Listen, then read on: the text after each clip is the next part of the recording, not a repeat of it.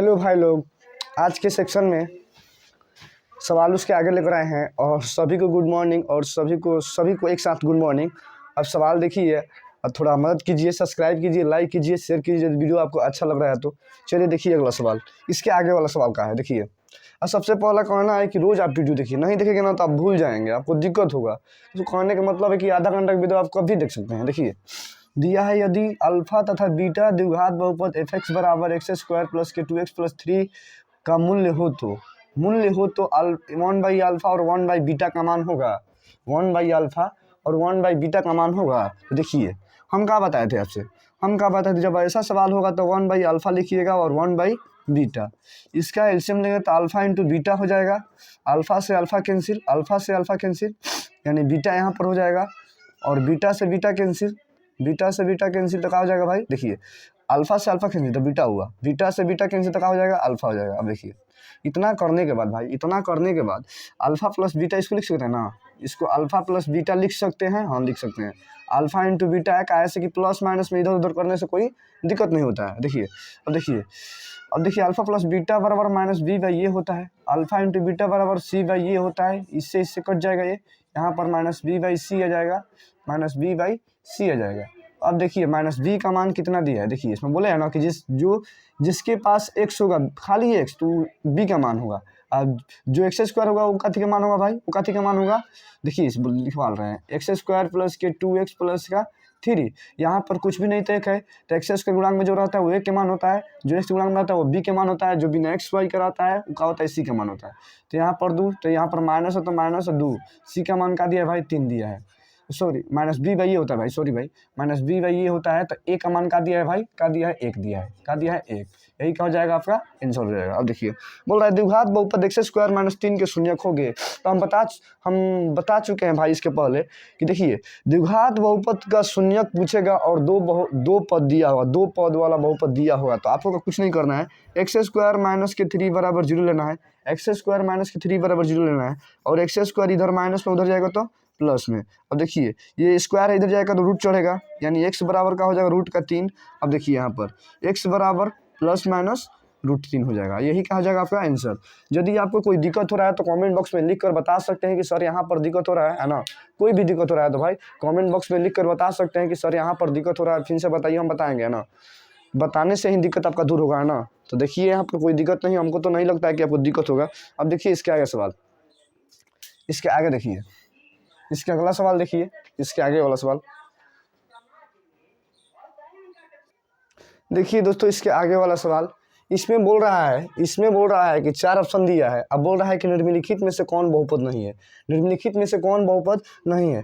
तो हम आपसे यही बताए थे ना कि जो देखिए हम क्या बताए थे भाई कि जो रूट में होगा वो बहुपद नहीं कहलाएगा, जो बिना रूट का होगा वो बहुपद कहलाएगा। देखिए तो इसमें देखिए रूट में है ना संख्या, ये रूट में है ना, तो ये बहुपद नहीं है, ये बहुपद नहीं है। हम यही बताए थे ये बहुपद है। क्या ऐसे कि इसमें ना कोई चर बाटा में है और ना कोई चर ऊपर है, इसमें भी ना कोई बाटा में है ना कोई ऊपर है, इसमें ना कोई बाटा में है ना कोई ऊपर है। माने कहने का मतलब है कि एक्स जो है ना रूट में रहना चाहिए और ना ही बाटा में रहना चाहिए। यदि बाटा में होगा तब भी बहुपद नहीं होगा, रूट में होगा तभी बहुपद नहीं होगा। तो रूट में है, इसके बाद कोई चर जो है रूट में है नहीं है, देखिए नहीं है, बाटा में है नहीं है, तो यही है, तो यही नहीं होगा बहुपद। अब देखिए ये सवाल, देखिए ये सवाल ये बोल रहा है निम्नलिखित में से कौन सा रैखिक बहुपद है।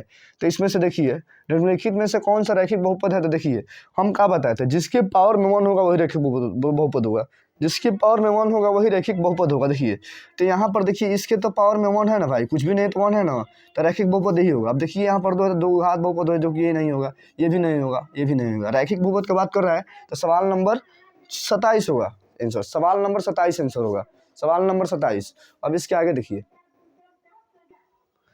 भाई ये लोग इसके आगे वाला सवाल देखिए, ये तो चूंकि बन जाएगा लेकिन हम बता रहे हैं। देखिए पहले हमको इसको पकड़ना है। जब भी ऐसा सवाल देगा 1/अल्फा 1/बीटा वाला मान पूछेगा तो सबसे पहले हमको इसको पकड़ना है। 1/अल्फा है और 1 का है भाई बीटा है। अब देखिए 1/अल्फा और 1/बीटा का सूत्र का एलसीएम लेंगे हम, तो अल्फा इंटू बीटा हो जाएगा अब अल्फा से अल्फा कैंसिल तो यहाँ पर क्या हो जाएगा, बीटा हो जाएगा। बीटा से बीटा कैंसिल तो यहाँ पर क्या हो जाएगा भाई, अल्फा हो जाएगा।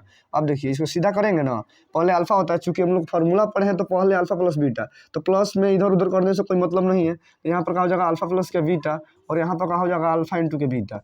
अब यहाँ पर हो जाएगा minus B by A, alpha plus beta बराबर माइनस बी बाई ए, और अल्फा इंटू बीटा बराबर सी बाई ए होता है। ये से कट जाएगा, कहा जाएगा भाई माइनस बी और नीचे में सी। अब देखिए माइनस बी, तो बी का मान यहाँ पर तो कहेंगे कुछ भी नहीं दिया है, कुछ भी नहीं दिया। अरे भाई हम बोले हैं जब भी कुछ भी नहीं देता है तो का देता है, गुना में एक देता है। तो एक यहाँ पर दिया है पहले से माइनस है, और सी का मान का दिया, सॉरी बी का मान, हाँ सी होगा, सी, और सी का मान का दिया है भाई, एक दिया है, क्या दिया है, एक, यानी कट के भी माइनस से क्या आएगा, तो यही आपका क्या हो जाएगा, आंसर हो जाएगा। यही क्या हो जाएगा भाई, आपका आंसर हो जाएगा। कोई दिक्कत नहीं होगा, हमको लग रहा है आपको कोई दिक्कत नहीं होगा। यदि आपको कोई दिक्कत होता है तो आप बोल सकते हैं। फिर से एक बार देख लीजिए, 1 बाई अल्फा और 1 by beta, alpha into beta cancel, alpha into beta होगा, अल्फा से अल्फा कैंसिल तो बीटा, बीटा से बीटा कैंसिल तो अल्फा। इसको सोच कर दिए, पहले इसको लिख दिए, उसके बाद बीटा को लिख दिए, और alpha into beta, alpha plus beta बराबर माइनस बी बाई ए, और अल्फा इंटू बीटा बराबर सी बाई ए।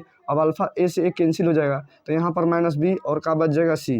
अब देखिए माइनस बी का मान जो एक्स के गुणांक बनाता है वो होता है, तो माइनस पहले से है और एक है तो एक, और एक्स स्क्वायर के गुणांक में का मान है तो एक, यही क्या हो जाएगा, आपका आंसर हो जाएगा। अब इसके आगे वाला सवाल देखिए, इसके आगे वाला सवाल,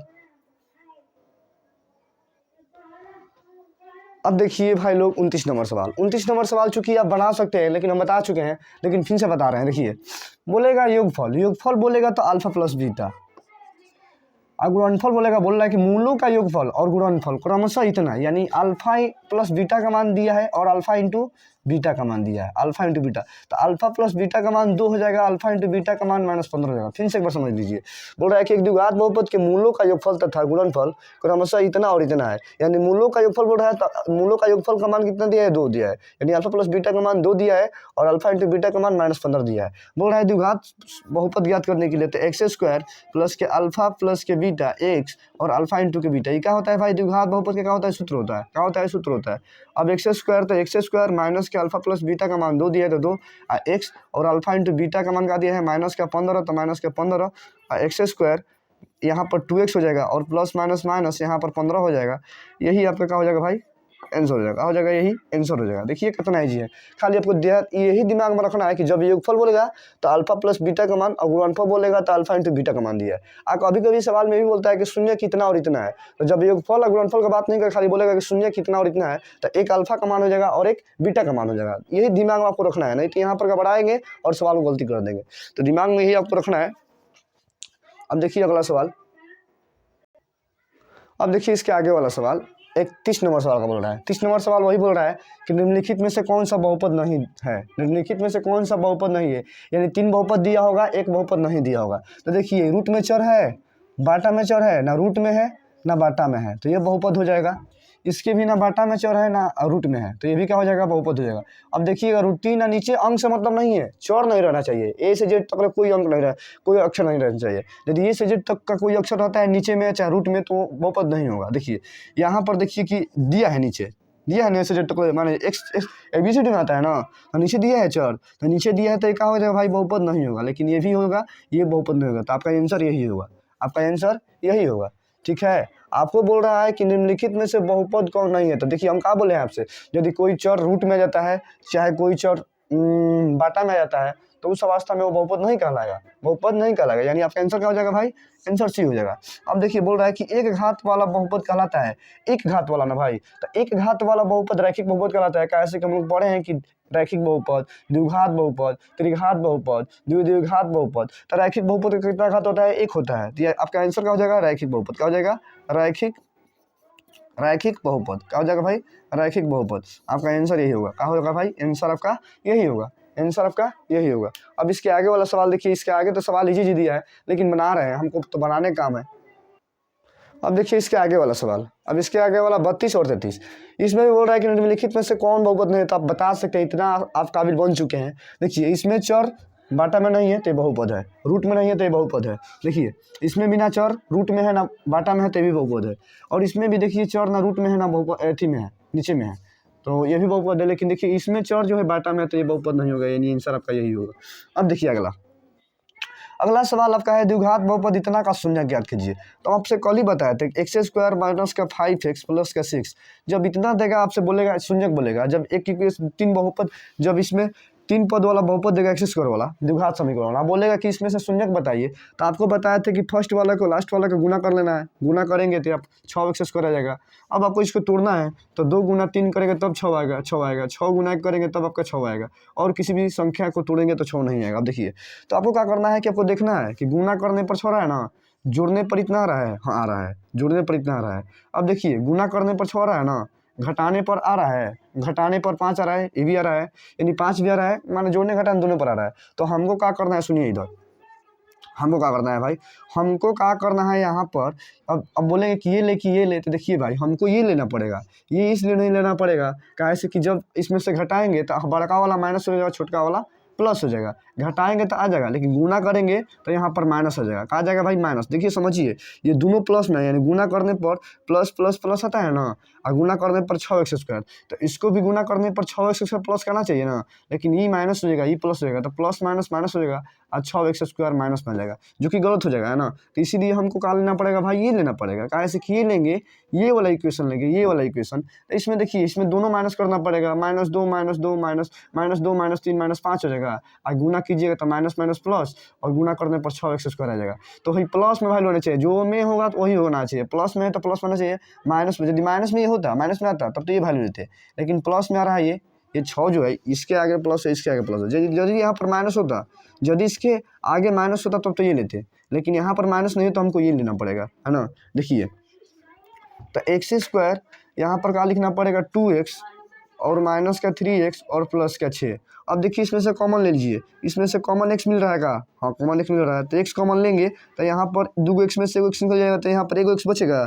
अब देखिए यहाँ पर माइनस तो माइनस, अब यहाँ से 1 x निकल जाए तो क्या बचेगा भाई, खाली 2 बचेगा। अब देखिए इसमें कॉमन का है माइनस, और देखिए इसमें 3 कॉमन है, 3 के पढ़ा में 3 आता है, 3 के पढ़ा में 2 आता है, 3 के पढ़ा में 6 आता है, तो 3 लेंगे कॉमन यहाँ पर, तो यहाँ पर x बच जाएगा, और माइनस प्लस माइनस और 3 दूनी का हो जाएगा भाई 6 हो जाएगा, क्या हो जाएगा 6 हो जाएगा।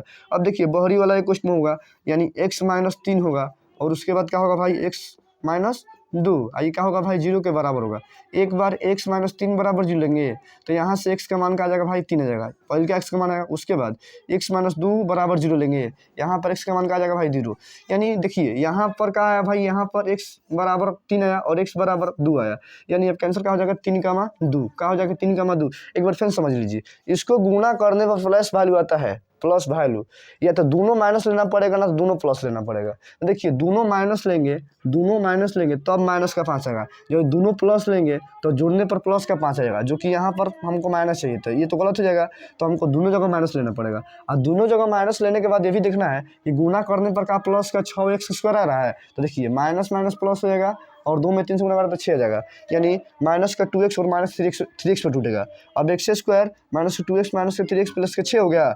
अब देखिए यहाँ में x कॉमन है तो x लिए थे, यहाँ पर x बचा, और यहाँ से x लिए थे, यहाँ पर 2 बचा। अब देखिए इसमें से दोनों में से कॉमन का है, हमको ऐसा कॉमन लेना है कि इस तरह का डब्बा बन जाए इसमें है ना। तो इसमें देखिए 3 है, तो 3 लेंगे तो यहाँ पर x बच जाएगा, और यहाँ पे से 3 के पहाड़ा में 6 2 बार माता है, और प्लस माइनस यहाँ पर माइनस हो जाएगा। अब देखिए बाहरी वाला एक क्वेश्चन में दी है और भीतरी वाला का साथ ही एगो दी है। अब देखिए x माइनस 3 बराबर 0 किए हैं तो यहाँ से x का मान आया है, और x माइनस 2 बराबर 0 किए तो यहाँ से कहाँ है भाई x का मान आया है, यानी कि आपका आंसर का है भाई एक बार x बराबर 3 है, एक बार x बराबर 2 है। यानी ऑप्शन में ये 2 होता है ये मारिएगा, और नहीं दिया होगा तो 3 जगह 3 मारिएगा, और नहीं 2 दिया होता 2 मारिएगा, माने जो भी दिया होगा ऑप्शन के अनुसार आप आंसर मार दीजिएगा ना। अब देखिए इसके आगे वाला सवाल, देखिए इसके आगे वाला सवाल,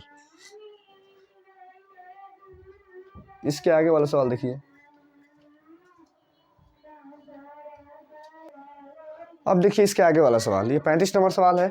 अब देखिए कितना इजी सवाल है, आपको खाली देखना है, पढ़ना है और समझना है, उसके बाद बनाना है। बहुत इजी सवाल है, आपको सिर्फ सवाल को पकड़ना सीखना है, कैसे सवाल कर रहा है, कब क्या कहेगा तो कब कैसे करेंगे। देखिए बोल रहा है px बराबर इतना है तो px का एक शून्यक, एक शून्यक माने क्या होता है, एक शून्यक माने इसके तोड़ने के बाद देखिए हम बता रहे हैं, आपको सब बताएंगे। सबसे पहले तो इसको आपको गुणनखंड ढूंढना पड़ेगा, तो गुणनखंड तोड़िए, एक्स स्क्वायर माइनस के 3x और माइनस 4। हमसे क्या बताएं कि फर्स्ट वाला को लास्ट वाले के साथ गुना करना है, तो यहाँ पर एक्स स्क्वायर है, यहाँ पर -4 है, यानी एक्स स्क्वायर और -4 से गुना कीजिएगा तो क्या आ जाएगा, माइनस का 4x स्क्वायर आएगा ना, माइनस का 4x स्क्वायर आएगा। अब देखिए माइनस को 4x स्क्वायर तोड़ेंगे, इसको तोड़ेंगे तो यहाँ पर या तो -2 गुना माइनस, यहाँ पर